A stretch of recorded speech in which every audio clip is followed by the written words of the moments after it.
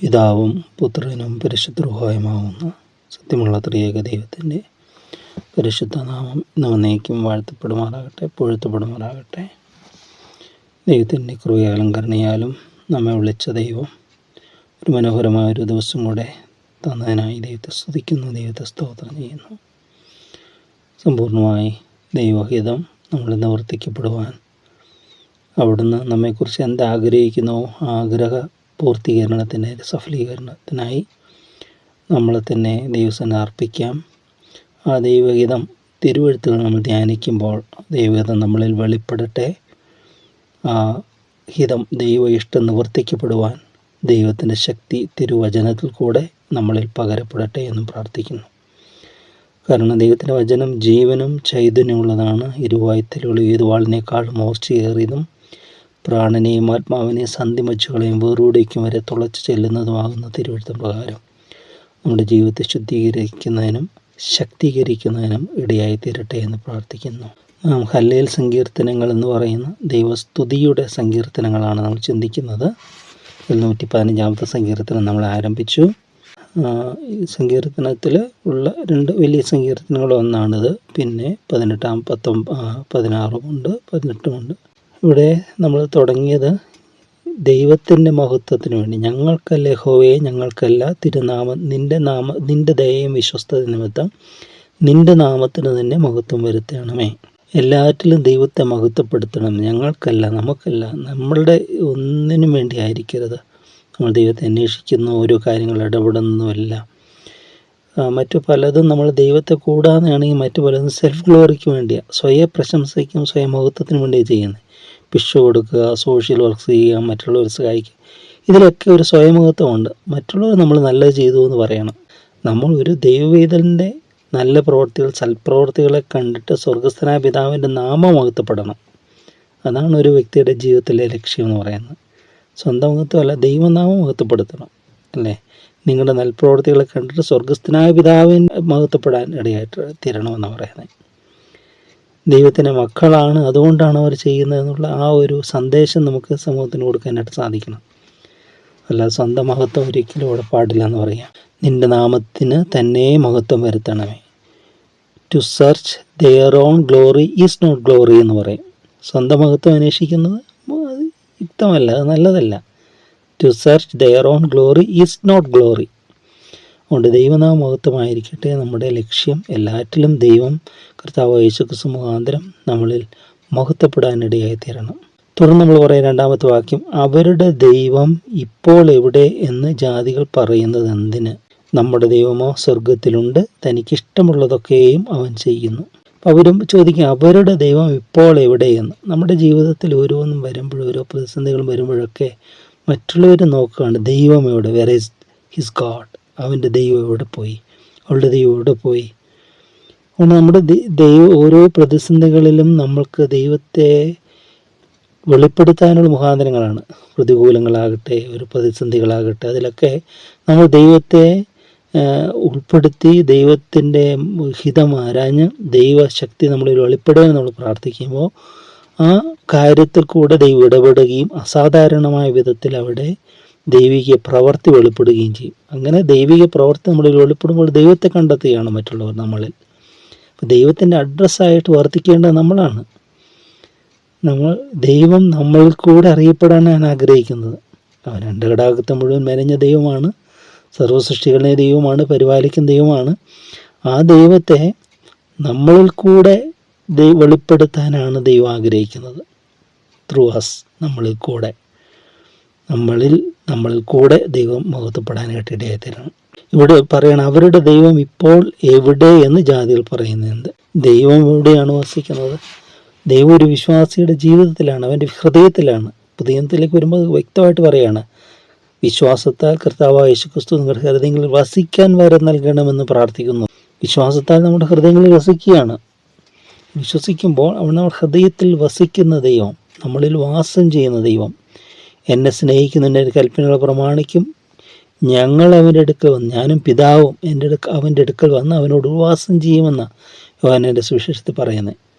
അപ്പം അവരുടെ ദൈവം എവിടെയെന്ന് ചിലർ പറയുമ്പോൾ അവരുടെ ദൈവം ഇവിടെ നിന്ന് നമ്മുടെ ജീവിതത്തിൽ കൂടെ പറയാനായിട്ട് സാധിക്കുമോ? ദൈവം എന്നോട് കൂടെയുണ്ട്.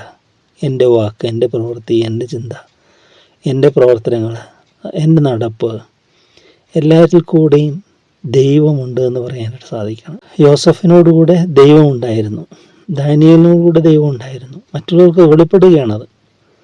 ഓരോ പ്രതികൂലങ്ങളിൽ കൂടെ കടന്നു പോയപ്പോഴെല്ലാം അവിടെ വെളിപ്പെടുകയാണ് ദൈവം അവനോട് കൂടെയുണ്ട്. ഇസ്ഹാക്കിനോടുകൂടെ ദൈവം കൂടെയുണ്ട് എന്ന് അവിജാതീയ ദേശക്കാരായ രാജാവ് കണ്ടെത്തുകയാണ്. നിന്നോടുകൂടെ ദൈവം ഉണ്ട് എന്ന് അവർ തന്നെ സാക്ഷിക്കുക ഇസ്ഹാക്കിനെ കുറിച്ച്. കാരണം ആ വരണ്ട നിലത്ത്, വരണ്ട ദേശം, ഭയങ്കര വരൾച്ചയാണ്, എല്ലായിടത്തും കൊടിയ ദാരിദ്ര്യം, വരൾച്ച. അവിടെയൊന്നും ഈ കൾട്ടിവേഷൻ നടക്കുന്നില്ല, കൃഷിയൊന്നും നടക്കുന്നില്ല, ഒന്നും. ആ ദേശത്ത് ഇസ്ഹാക്ക് വിതച്ചു, ആ ആണ്ട് 100 മേനി കൊയ്തു എന്ന് പറയുക. ആ പ്രകൃതിയുടെ പ്രതികൂലതയിലും ഇസ്ഹാക്ക് അവിടെ വിത്ത് വിതയ്ക്കുന്നു, അവിടെ 100 മേനി കൊയ്യുന്നതായിട്ട് പറയുക. അപ്പോൾ അവർക്ക് മനസ്സിലായി ദൈവം നിന്നോട് കൂടെയുണ്ട്, ജീവനുള്ള ദൈവം നിന്നോട് കൂടെയുണ്ടെന്ന് മനസ്സിലാക്കുകയാണ്. അപ്പം നമ്മുടെ ജീവിതത്തിൽ ദൈവം കൂടെയുണ്ട്. നമ്മുടെ ജീവിതത്തിൽ അതുകൊണ്ട് ഓരോ ഏതെങ്കിലും ഒരു പ്രത്യേകത വരുമ്പോൾ നമ്മൾ പതറിപ്പോകണ്ട. അതായി this is time to glorify our God's name. ഇതാണ് ദൈവത്തിൻ്റെ നാമം മഹത്വപ്പെടുത്താനുള്ള നല്ല സമയം. എൻ്റെ പ്രതിസന്ധി, എൻ്റെ പ്രതികൂലം, മല പോലത്തെ പ്രശ്നങ്ങൾ, പ്രതികൂലങ്ങൾ, ചെങ്കടൽ പോലെ പ്രതിസന്ധികൾ ഒക്കെ വരുമ്പോൾ ദൈവമേ, ഇത് നിനക്ക് പ്രവർത്തിക്കാനുള്ള സമയമാകുന്നു. നിൻ്റെ നാമം മഹത്വപ്പെടണമേ കർത്താവേ, എൻ്റെ ജീവിതത്തിൽ ഈ കാര്യത്തിൽ കൂടെ നിൻ്റെ നാമത്തിന് മഹിമ വരണമേ എന്ന് നമ്മൾ പ്രാർത്ഥിക്കുമ്പോൾ ദൈവം ആ കാര്യം ഏറ്റെടുക്കുകയും അതിലത്ഭുതങ്ങളിൽ കൂടെ ദൈവം നമ്മൾ വഴി നടത്തിക്കൊണ്ട് പോവുകയും ചെയ്യും. അല്ലെ, കാൽ നനയാതെ നടത്തിക്കൊണ്ട്, ചെങ്കടലിൽ കൂടെ എങ്ങനെ ദൈവം നടത്തിക്കൊണ്ട് വന്ന യേശുപ്രഭു പറയുന്നത്, കാൽ നനഞ്ഞില്ലെന്ന്, അവരുടെ കാല് നനയാതെ. ഇത് ദൈവവചനത്തിൽ പറയുന്ന അത്ഭുതമേറിയ സംഗതികളാണ്.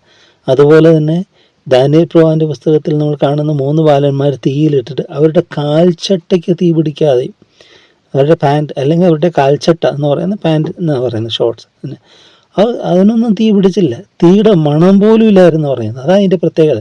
ചുമ്മാ തീന്ന് രക്ഷിച്ചു എന്ന് പറയുന്നത് മാത്രമല്ല, തീയുടെ മണം പോലും ഇല്ലാതെ തീച്ചൂളയിൽ നിന്ന് പുറപ്പെടുവിക്കുന്ന ദൈവം. അഗ്നിയിൽ എരിഞ്ഞ് അവർ കത്തിച്ചാമ്പലായി പോകുമെന്ന് വിചാരിച്ച ശത്രുക്കൾ, അവരെ കൊണ്ടുനിടാൻ പോയവർ അതിനടുക്കൽ എത്തുന്നതിന് മുമ്പ് അവർ അമർന്നുപോയി. എന്നാൽ അവർക്കൊരു ഹാനിയും തട്ടിയില്ല. ദൈവത്തിൻ്റെ മഹത്വം എത്ര വലിയത്, ദൈവത്തിൻ്റെ സ്നേഹം എത്ര വലിയത്, ദൈവത്തിൻ്റെ ശക്തി എത്ര വലിയത്. ദൈവമേ, ഞങ്ങളുടെ ജീവിതത്തിൽ കൂടെ മറ്റുള്ള ദർശിപ്പാനിടയായി തരണമേ എന്ന് നമുക്ക് ദൈവത്തോട് പ്രാർത്ഥിക്കാം.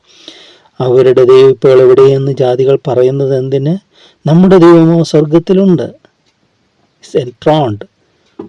ദൈവം സ്വർഗത്തിലുണ്ട്. വിശ്വാസത്താലാണ് നമ്മുടെ ഹൃദയങ്ങൾ വസിക്കുന്നത്. നമ്മൾ കാണുകയാണ് ദൈവം സർവ്വവ്യാപിയാണ്. സ്വർഗത്തിലുള്ളപ്പോൾ തന്നെ നമ്മളോട് കൂടെയുണ്ട്. അതാണ് ദൈവത്തിൻ്റെ മഹത്വം. മനുഷ്യർക്ക് അങ്ങനെ പറ്റത്തില്ല. ഇനി അവിടെ എന്താണ്? നമ്മുടെ ദൈവമോ സ്വർഗത്തിലുണ്ട്, സ്വർഗാദി സ്വർഗങ്ങളിൽ അടങ്ങാൻ കഴിയാത്ത സ്വർഗസ്ഥനായ ഞങ്ങളുടെ പിതാവേ. അല്ലേ, എപ്പോഴും നമ്മൾ അഡ്രസ്സ് ചെയ്യുന്നത് അങ്ങനെയാണ്, സ്വർഗസ്ഥനായ ഞങ്ങളുടെ പിതാവേ നിൻ്റെ നാമം. അല്ലേ, അപ്പോൾ സ്വർഗത്തിൽ വസിക്കുന്നവൻ നോക്കുന്നു, സ്വർഗത്തിൽ നോക്കുന്നു, മനുഷ്യത്വന്മാരൊക്കെ നോക്കുന്നു, എല്ലാം അവിടെയൊക്കെ. ഇതാണ് സ്വർഗത്തിൽ സ്വർഗം, അത് റിയലായിട്ട് വരുന്നതാണ്. അപ്പം നമ്മുടെ ദൈവം സ്വർഗത്തിൽ തനിക്കിഷ്ടമുള്ളതൊക്കെയും അവൻ ചെയ്യുന്നു. ദൈവത്തിന് ഇഷ്ടമാണ് നമ്മുടെ ജീവിതത്തിൽ ചെയ്യപ്പെടേണ്ടത്, നമ്മുടെ ഇഷ്ടമല്ല. ബലിയർപ്പിക്കുക എന്ന് പറയുമ്പോൾ എന്തൊക്കെയാണ് ബലിയർപ്പിക്കുന്നത്? സ്വന്തം ഇഷ്ടങ്ങൾ. യാഗാർപ്പണത്തിന് തന്നെ വിട്ടുകൊടുക്കുന്ന മൃഗങ്ങൾ സ്വമേധയെ കൊടുക്കുന്നതാണോ? ആയിരിക്കാൻ വഴുതിയില്ല. എങ്കിലും അറുക്കപ്പെടാൻ കൊണ്ടുപോകുന്ന കുഞ്ഞാടിനെ പോലെ എന്ന് പൗലോസ് അപ്പോസ്തലൻ പറയുന്നുണ്ട്. സ്വന്തം ആഗ്രഹങ്ങളെല്ലാം ബലിപീഠത്തിൽ വെക്കുക. ഇസ്ഹാക്ക് കട്ടപ്പെട്ടവനായി ബലിപീഠത്തിൽ കിടക്കുക. അല്ലെ, അബ്രഹാം ഇസ്ഹാക്കിനെ കൊണ്ടുപോവുക. ഇസ്ഹാക്ക് വിറക് കെട്ടൊക്കെ ചുമന്നുകൊണ്ട് പോകുമ്പോൾ ചോദിക്കുന്നുണ്ട്, അപ്പാ തീയുണ്ട്, വിറകുണ്ട്, യാഗത്തുള്ള ആട്ടിൻകുട്ടി എവിടെയപ്പാ? അപ്പോൾ അബ്രഹാം പറയാ, ദൈവം കരുതിക്കൊള്ളും മകനെ, ദൈവം കരുതിക്കൊള്ളും. അബ്രഹാമിനറിയാൻ ഉള്ളത്തിൽ യാഗം അർപ്പിക്കപ്പെടേണ്ടത് ഇസ്ഹാക്കാണെന്ന്. എങ്കിൽ അബ്രഹാം പറയാ, ദൈവം കരുതിക്കൊള്ളും മകനെയെന്ന്.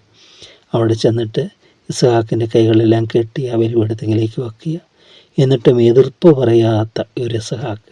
അതാണ് ഇസ്ഹാക്കിൻ്റെ സൗമ്യത എന്ന് പറയുന്നത്. എതിർപ്പ് പറഞ്ഞില്ല. അവന് വേണമെങ്കിൽ കുതിര ഓടാമായിരുന്നു. അബ്രഹാമിന് പ്രായാധിക്യമായല്ലോ, വേണമെങ്കിൽ അത് വിട്ട് കുതിര ഓടാമായിരുന്നു. പക്ഷേ ഇസ്ഹാക്ക് അനുസരിക്കുകയാണ്. എന്താണെന്നത് അറിയത്തില്ല, എന്തോ ഒരു അനുസരണമാണത്. ഇസ്ഹാക്ക് ക്രിസ്തുവിൻ്റെ പ്രതികരിക്കുന്നത് കൊണ്ടാണ്, ക്രിസ്തുവിൻ്റെ സദൃശ്യവൽക്കരിക്കുന്നതാണ്. കുരിശ് ചുമന്നുകൊണ്ട് ഇസ്ഹാക്ക് ഉറകെട്ടും ചുമന്നുകൊണ്ട് ആ മലയിലേക്ക് കയറിപ്പോയതുപോലെ കർത്താവായ യേശു ക്രിസ്തു ഗത്സമനയിൽ പ്രാർത്ഥിക്കുന്നുണ്ട്, പിതാവെ കഴിയുമെങ്കിൽ ഈ പാനപാത്രം നീങ്ങിപ്പോകണമേ. No answer. ഉടനെ പറഞ്ഞു, എങ്കിലും ഞാൻ ഇച്ഛിക്കുന്ന പോലെയല്ല അപ്പാ, നിൻ്റെ ഇഷ്ടം പോലെ നടക്കട്ടെ എന്ന് പറഞ്ഞുകൊണ്ട് നമ്മുടെ രക്ഷയ്ക്ക് വേണ്ടി തന്നെ ഏൽപ്പിച്ചു കൊടുക്കുക. എന്നിട്ട് ആ കുരിശും ചുമന്നുകൊണ്ട് ഗൊൽഗോഥാവിലേക്ക് നടന്നു പോവുകയാണ്. ഇസ്ഹാക്ക് അവറുകെട്ട് ചുമന്നുകൊണ്ട് ആ മലയിലേക്ക്, മൊറിയ മലയിലേക്ക് കയറിയതുപോലെ അവിടെ ചെന്നിതാ കെട്ടപ്പെട്ടവനായി കിടക്കുന്ന ഇസ്ഹാക്ക് കർത്താവായ യേശുക്രിസ്തു തന്നെ വിട്ടുകൊടുക്കുക. അവിടെയാണ് ദൈവ ഇഷ്ടം. എൻ്റെ ഇഷ്ടങ്ങളെല്ലാം ബലിപീഠത്തിൽ വെക്കുക. നല്ലതാകട്ടെ ചീത്തയാകട്ടെ, അത് ഉന്നതമാകട്ടെ താഴ്ന്നതാകട്ടെ ഉയർന്നതാകട്ടെ എന്തുമാകട്ടെ, അതെല്ലാം ബലിപീഠത്തിലേക്ക് അർപ്പണം ചെയ്യണം നമ്മൾ. കർത്താവേ, എൻ്റെ ഇഷ്ടമെല്ലാം അതിനൊരു ഫുൾ സ്റ്റോപ്പ്, അതിനിയില്ല, അത് യാഗമായി അർപ്പിക്കുന്നു. നിൻ്റെ ഇഷ്ടത്തിനായി എൻ്റെ ജീവിതം. അപ്പോൾ എങ്ങനെയായിരിക്കണോ അവിടെ തീരുമാനിക്കണം. എൻ്റെ ജീവിതത്തിൻ്റെ വഴികളെ നീ നിയന്ത്രിക്കണം. അത് അത്ഭുതമേറിയതാണ് ഞങ്ങൾക്കറിയാം. അപ്പോൾ അത് അതിശയമേറിയതാണ് ഞങ്ങൾക്കറിയാം. അതിൽ കൂടെ ഞങ്ങൾ വഴി നടത്തണമേ. അതിനായി ഞങ്ങളെ തന്നെ വിട്ടു തരുന്നുവെന്ന് നമ്മുടെ ശരീര മനസ്സുകളെ സമ്പൂർണ്ണമായ ദൈവസന്നിധിയിൽ അർപ്പണം ചെയ്യണം. ആ യാഗപീഠത്തിലേക്ക് നമ്മളെ തന്നെ അർപ്പിച്ചുകൊണ്ട്, അല്ലേ, ഇത് ജീവനുള്ള യാഗമായി ദൈവത്തിന് പ്രസാദവും വിശുദ്ധിയുമുള്ള യാഗമായിട്ട് നമ്മൾ അർപ്പണം ചെയ്യുന്നതാണ്. റോമർ ലേഖനത്തിലേക്ക് വരുമ്പോൾ അതിൻ്റെ 12-ാമത്തെ അധ്യായം തുടങ്ങുമ്പോൾ തന്നെ അവിടെ പറയുന്ന ഒരു വാക്യമാണ്, സഹോദരന്മാരെ, ഞാൻ ദൈവത്തിൻ്റെ മനസ്സിൽ ഓർമ്മിപ്പിച്ച് നിങ്ങളെ പ്രബോധിപ്പിക്കുന്നത്, നിങ്ങൾ ബുദ്ധിയുള്ള ആരാധനയായി നിങ്ങളുടെ ശരീരങ്ങളെ ജീവനും വിശുദ്ധിയും ദൈവത്തിന് പ്രസാദവുമുള്ള യാഗമായി സമർപ്പിക്കുവിൻ. ഈ ലോകത്തിന് അനുരൂപരമാകാതെ നന്മയും പ്രസാദവും പൂർണ്ണതയുമുള്ള ദൈവഹിതം എന്നെന്ന് തിരിച്ചറിയേണ്ടതിന് മനസ്സ് പുതുക്കി രൂപാന്തരപ്പെടുകയും. ഈ ലോകത്തിന് അനുരൂപമാകാനല്ല.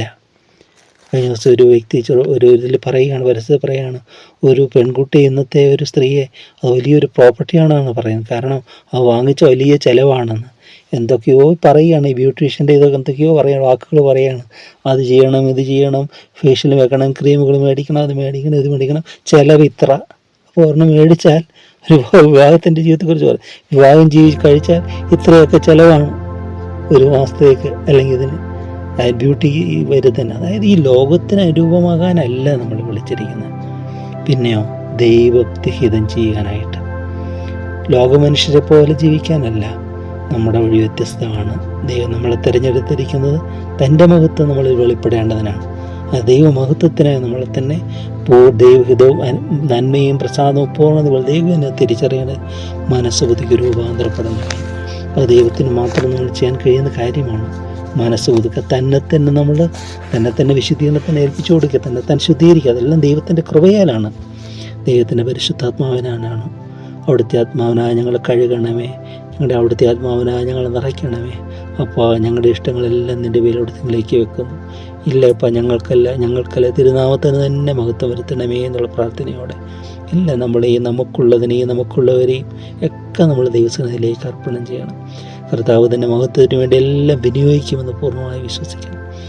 സ്നേഹം നിറഞ്ഞ ദൈവമേ, ഞങ്ങളുടെ വാഴ്ത്തപ്പെട്ട സ്വർഗീയപിതാവേ, നന്ദിയോടെ ഞങ്ങളങ്ങേ സ്തുതിക്കുന്നു. അപ്പോൾ ഞങ്ങളുടെ ഈ ആയുഷ്കാലത്ത് ഇതിലാണ് ഞങ്ങൾക്ക് നിൻ്റെ ഹിതം ചെയ്യേണ്ടത്, തിരുവിഷ്ടം ചെയ്യേണ്ടത് ഞങ്ങൾ തിരിച്ചറിയുന്നു.